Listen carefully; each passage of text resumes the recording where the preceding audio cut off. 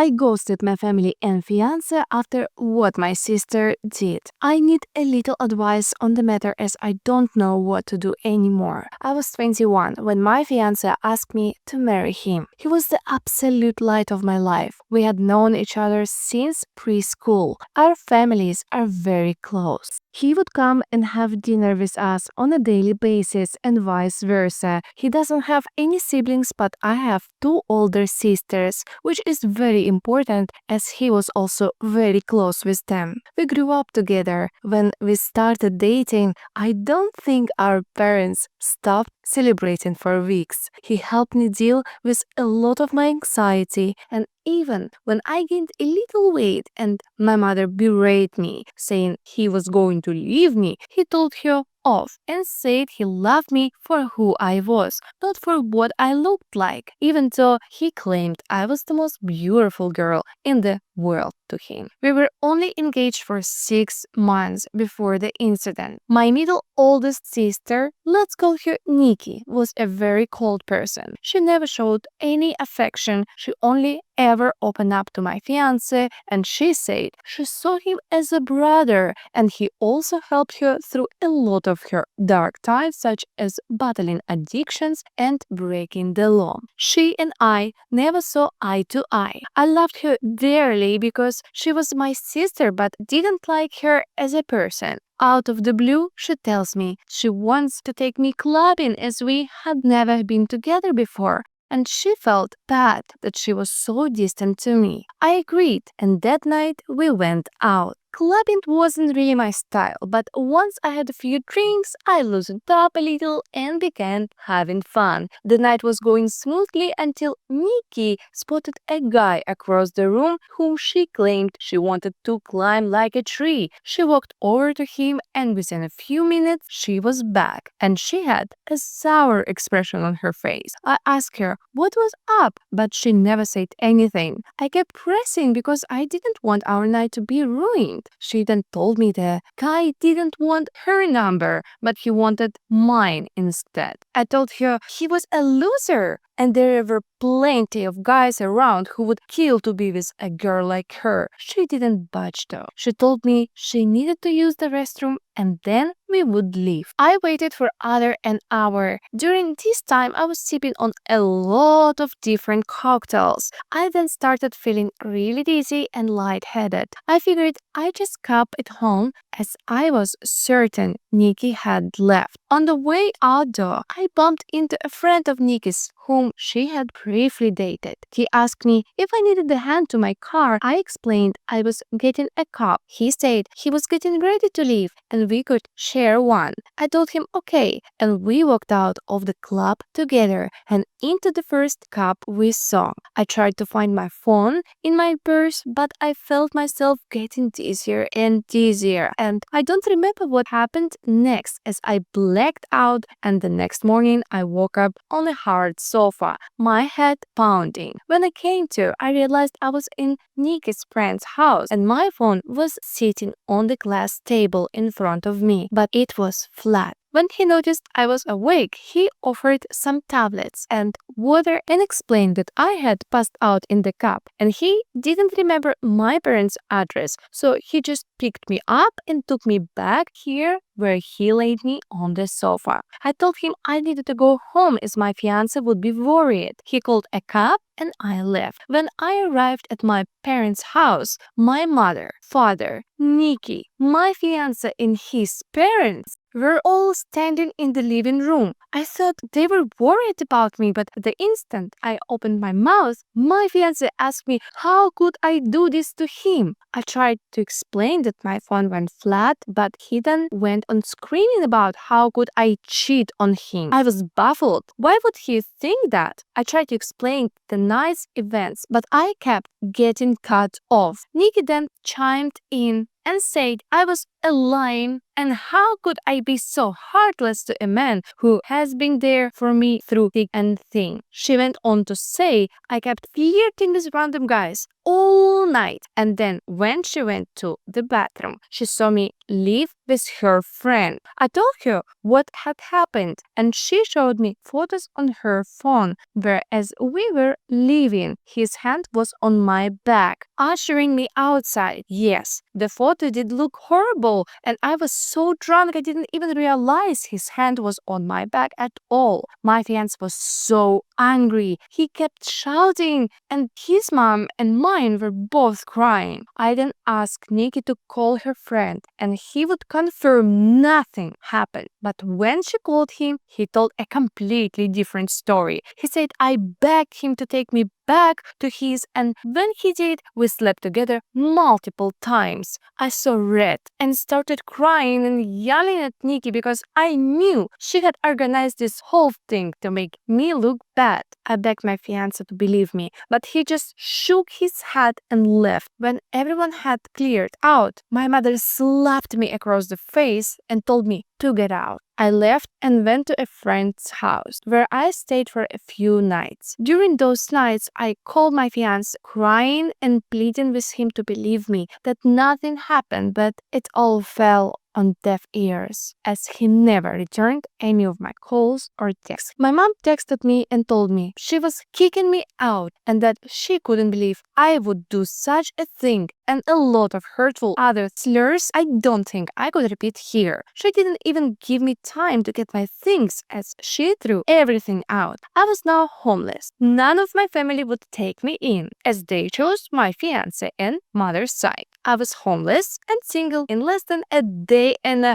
half. My entire world has been taken away because of Nikki's lies. Now for weeks I tried everything to get my fiancé back and my family. The limit for me though was when Christmas time had come and I went over to my mother's house to try and reconcile. I was sleeping from couch to couch during this time. When I got to my parents' house, I knocked on the door, but no one answered. My friend then called me and told me she just saw on Facebook that my family were in another state celebrating Christmas, and they had posted pictures online. Everyone was there, my sisters, parents, grandparents, and even my fiancé and his family. When I myself saw the photos, I couldn't stop crying as they all looked so happy. I cried for days and days before deciding to block them all. I even returned my engagement ring. My friend knew someone a couple hours away who was looking for some help in his restaurant, and he even had living arrangements above where he worked, so I could get rent at a cheap price and work at the same time. I wanted to start over with my life, as it hurt me that no one took my side and they all left me to fend for myself. I was able to move pretty quickly and was doing well. The apartment was tiny and I had to work 10 plus hours almost every day, but I was able to save a lot of money. I'm not living in the apartment anymore. I was able to rent a much nicer condo, but I am still working at the restaurant as assistant manager. Now it has been roughly 2 years since I left and have not spoken to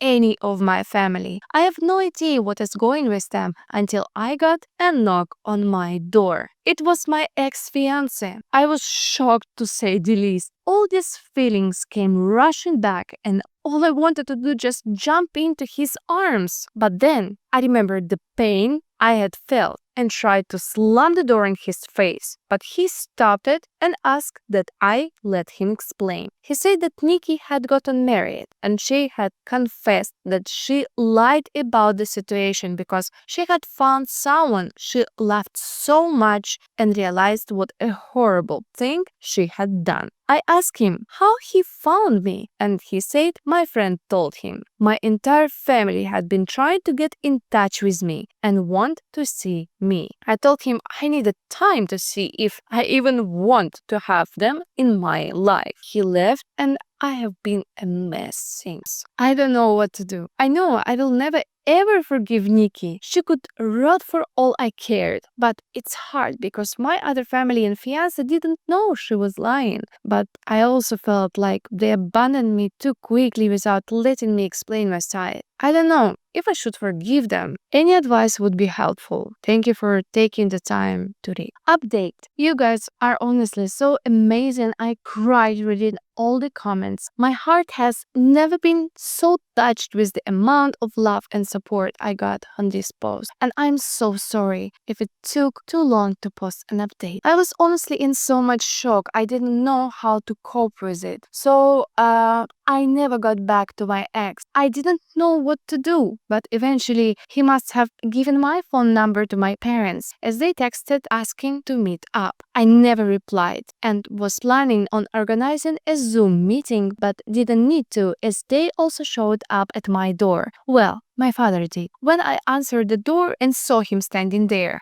I ended up throwing up, which he insisted on cleaning. When he was done, we sat down and I just burst in tears. My emotions were all over the place, and my father has worn the same cologne for a really long time, so when I smelled it, it just brought back all these memories. He tried to hug me, but I pushed him away and asked what he was doing here. He went on to explain he and my mother are getting a divorce. He said he begged my mother to get in touch with me the minute I left, but she refused and said I was acting like a baby, and if I wanted to leave them after doing something so horrible, then I could do things on my own from then on. I asked him how long did it take them to notice I was gone. He said they arrived back home after New Year's Eve and were planning on inviting me over so we could talk. That's when they got in touch with my friend and she told them I left and she didn't know where I was.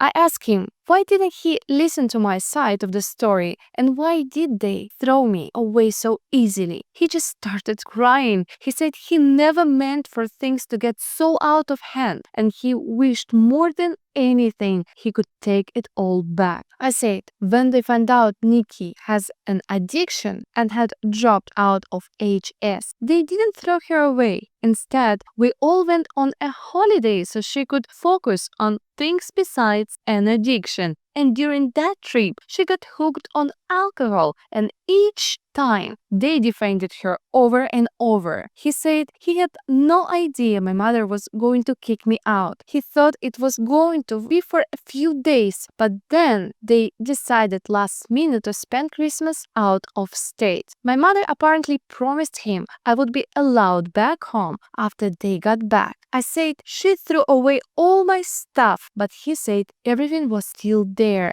and she lied about that. I asked him what has happened to Nikki and he said she is dead to him. He wants nothing to do with her, but my mother has been crying to him ask to forgive Nikki as she is not well and they had already lost one daughter. They cannot lose two. He blocked my mother and Nikki and has been on my ex case about finding me. My ex caved in when my dad said he blocked my mother and Nikki and told him where I live. I asked that he never show up again unless I give him permission and he agreed. He asked what would happen now and I said I really don't know and that he hurt me really bad. I then just went into detail about how much he hurt me and what it felt like seeing them so happy without me and how hard it has been. We were both crying by the end of it. I was really glad I got it all out. It felt like a huge weight had been lifted off my shoulders. My dad then said he knew a few places around the area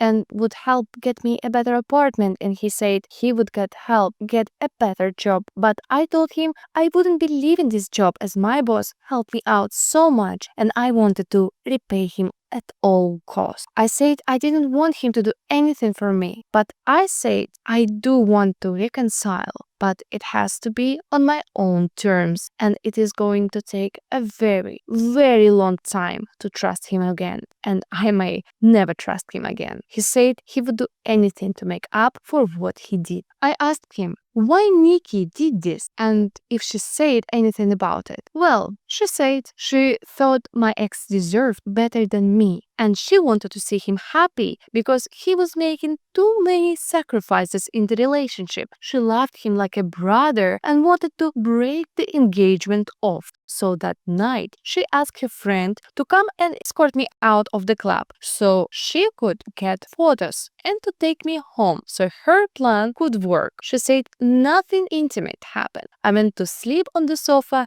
and that was it. He was up playing video games all night until I woke up, which he has proof of apparently. And that was planning on getting my stuff from my mother's house and bringing it to me, but I told him I didn't want those things anymore. I then went to ask about Nikki's husband, and he said my mother has been hush-hush with the entire situation, but he had his number and wrote it down for me. After my dad left, I decided to call Nikki's husband. I was sweating the entire time and felt so sick. What if I could hear her in the background? Well, anyhow, when he picked up, I just spit everything out, which I deeply regret because I should have eased into it for him. He sounded really confused and I explained the entire situation again. I even went into detail about her addiction and alcohol problems. I was honestly expecting him to curse me out and defend Nikki. Instead, he let out a long sigh. And well, turns out he had a feeling she wasn't exactly innocent. Turns out her and his sister have been having problems and she has been spouting non-stop lies about his sister and has caused a